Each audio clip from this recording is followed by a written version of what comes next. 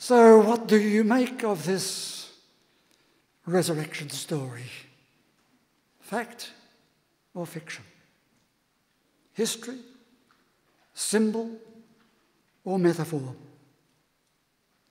Whatever your take on it, we need to note that it has stood through the centuries as one of the greatest epic stories, testing and challenging credulity, embedded and enshrined in creeds, provoking countless commentaries, inspiring architects and builders to construct massive cathedrals, enthralling millions of people of different faiths and none, by music such as Handel's Messiah or Mahler's Resurrection Symphony. To say nothing of those lasting stories such as The Shoes of the Fisherman or The Chronicles of Narnia, or the imagination of the artists, so many stretching from the early masters to Chagall, to Picasso, to Dali. Many have quarrelled about the story. Some have appreciated all those art forms but rejected the story itself. The international scholars of the Jesus Seminar have pored over the texts of the Gospels to reach a consensus of what was authentic history and what was fact, what was fiction. And while all that has been going on and has gone on, the one central archetypal passion that runs like a bloodstream through the body of the story has been evaded or repressed. As he was jeered on his way to his crucifixion, he said, "Don't weep for me. Rather see what is happening here." And he was pointing to something, pointing to the epic struggle, the archetypal part of the whole story, the epic struggle between love and hate. A new day for a new humanity to inhabit the earth. A better humanity in which the realities of destructiveness and hate would be subsumed to the ethic of love and its various expressions. Many people on a weekend such as this will say, "I don't believe in all that God stuff." You don't?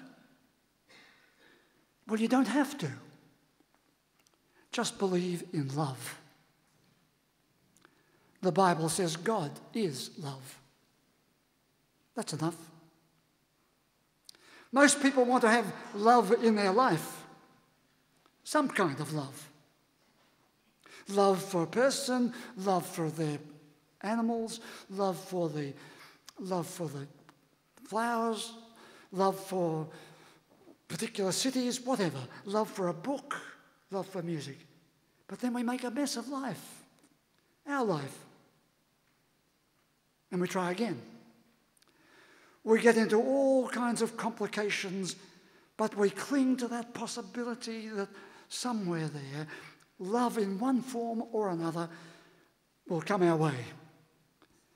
And Mann in her article said, "Where there is love, there falls the shadow of hate. The struggle between the two is never completely resolved. Where one dominates, the other is banished to the unconscious. Where it lives on, repressed but unvanquished. Thus, when we think love has come our way, hate in one of its destructive guises glides into the conversation, takes over, and like a vandal in your lounge room, shatters the vase that came with love.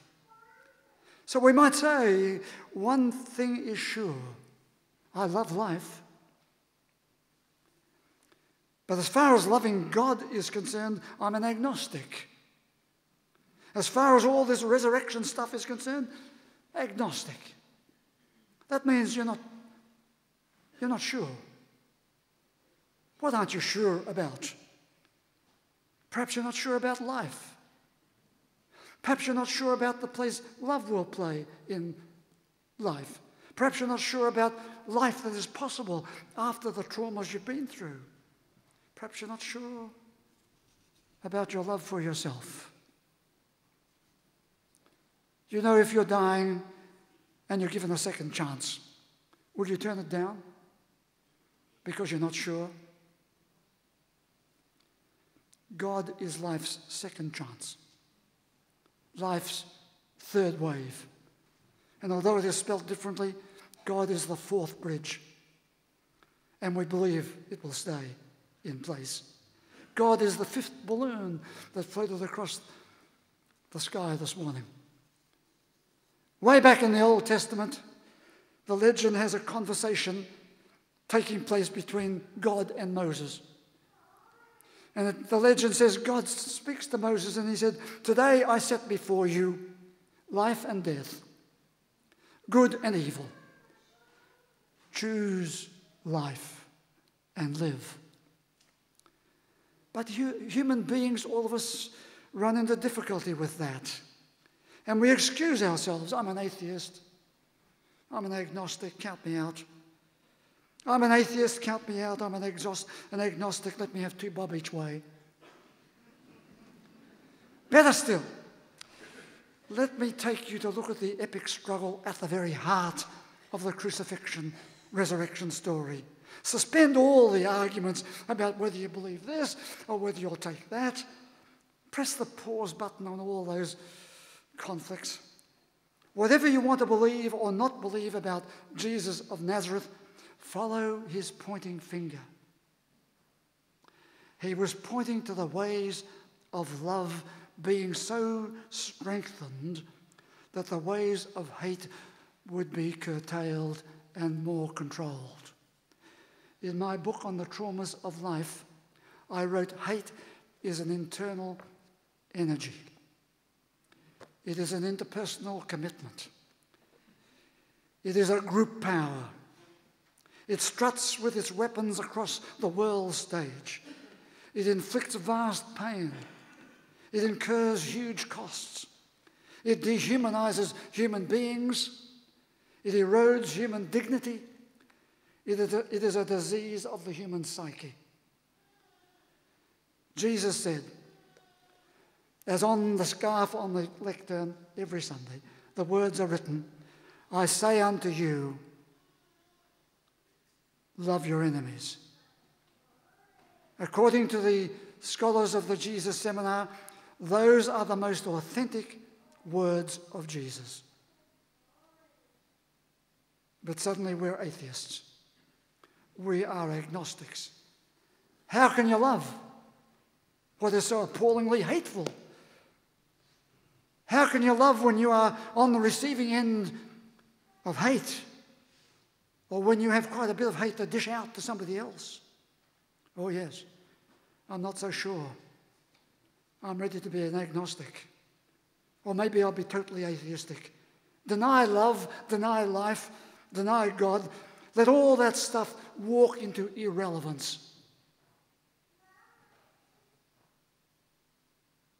Or does it have something good to say to us? He pointed to a better way, the way of love. And I want you to hear several parts of this story. Love. He pointed to love with its many friends. Kindness, compassion, eroticism, care, benevolence, philanthropy, responsibility, reparation.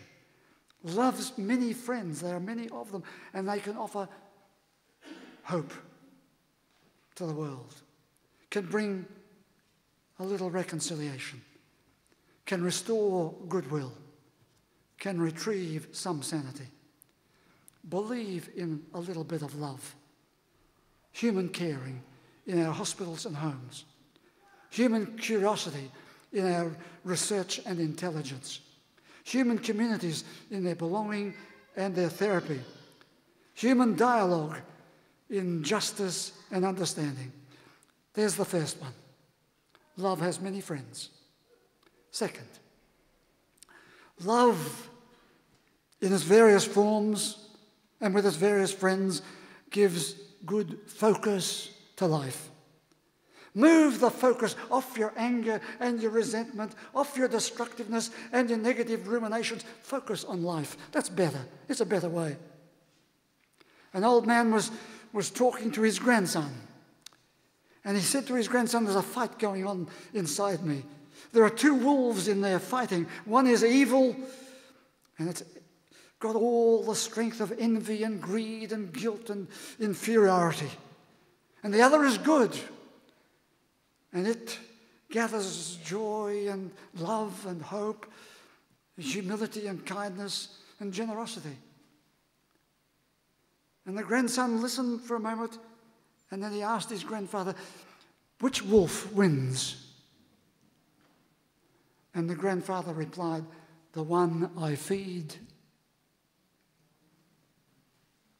Focus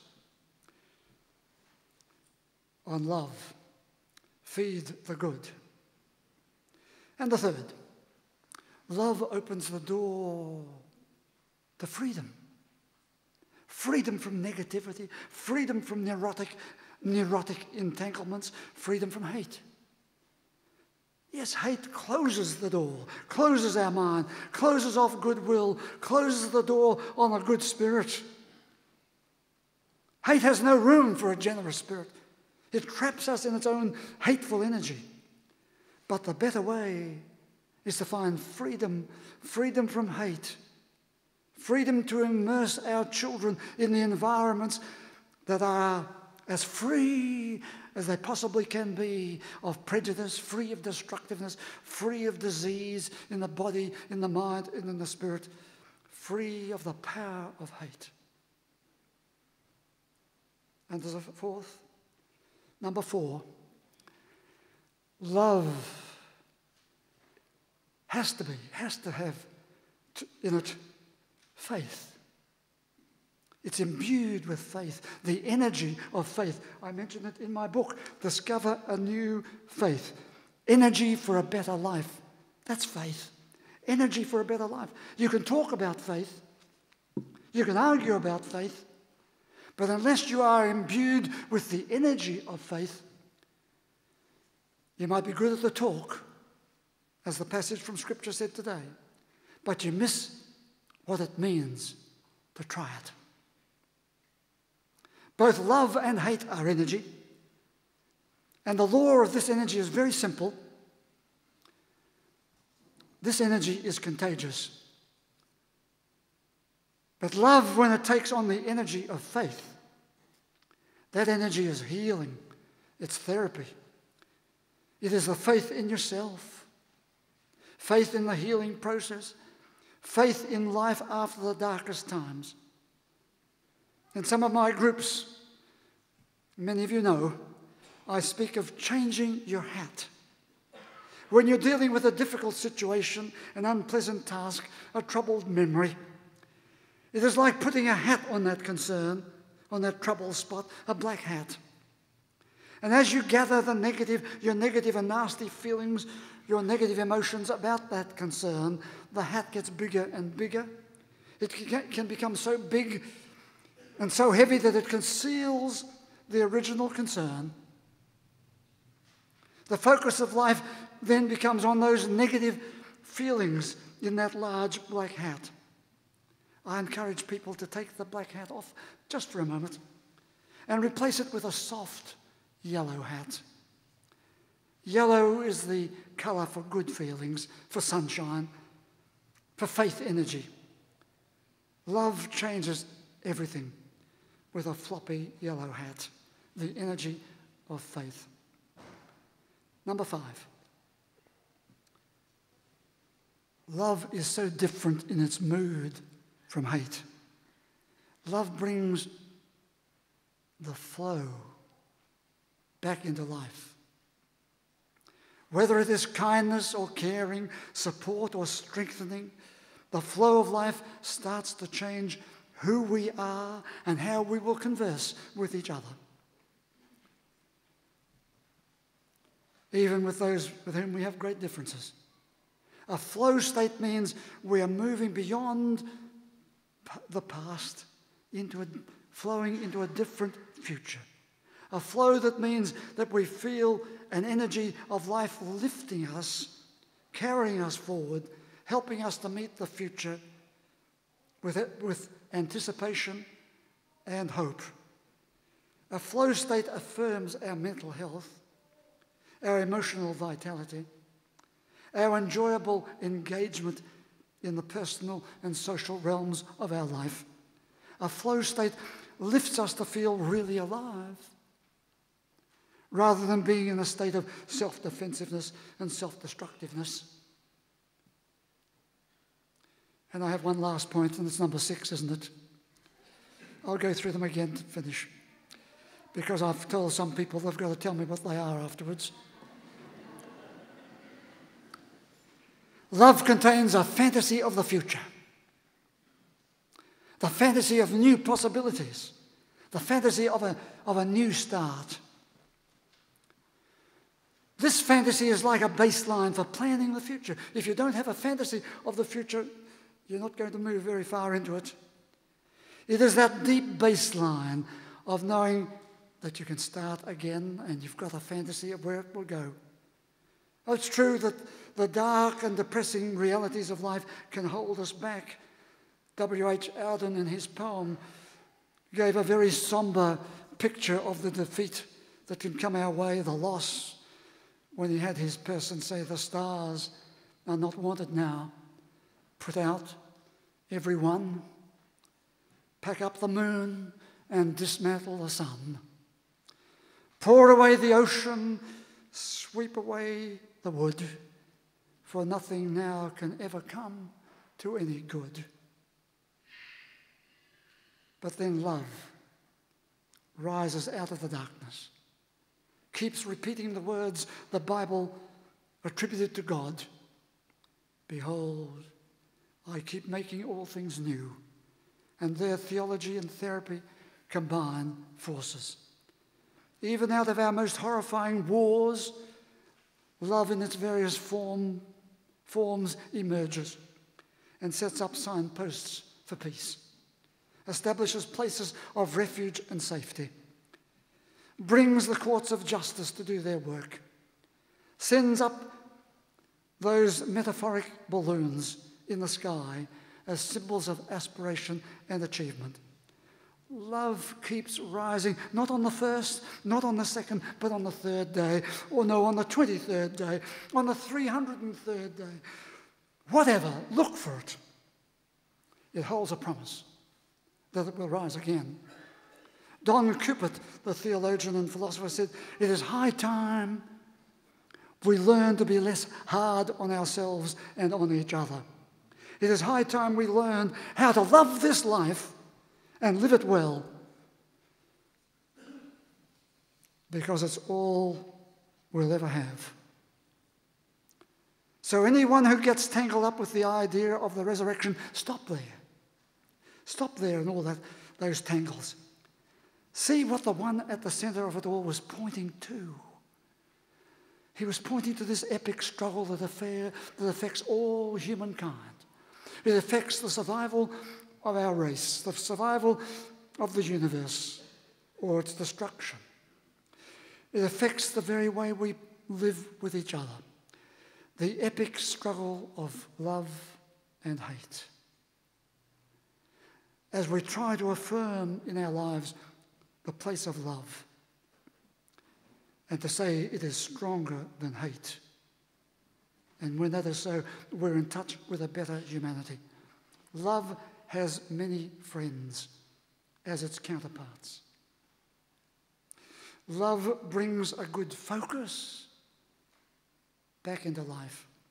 Love opens the doors of freedom.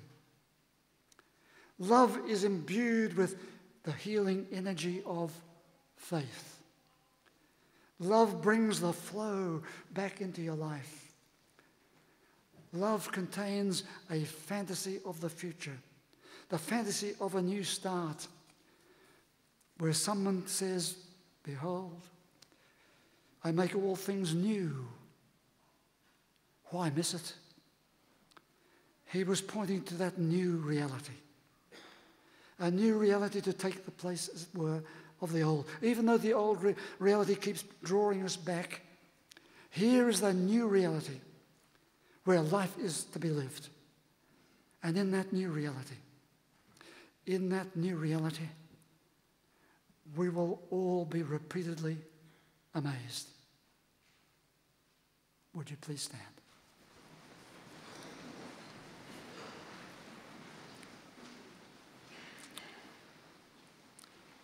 And the blessing. First, these words. Help us to look beyond ourselves and find our energy renewed, our inspiration expanded, our human sympathies reawakened.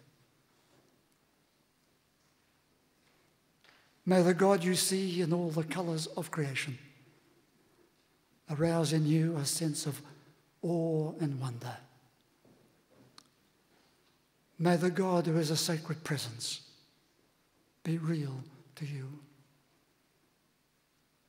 May the God who is a source of inspiration and courage keep calling you forwards. May your God go with you and bless you today and always.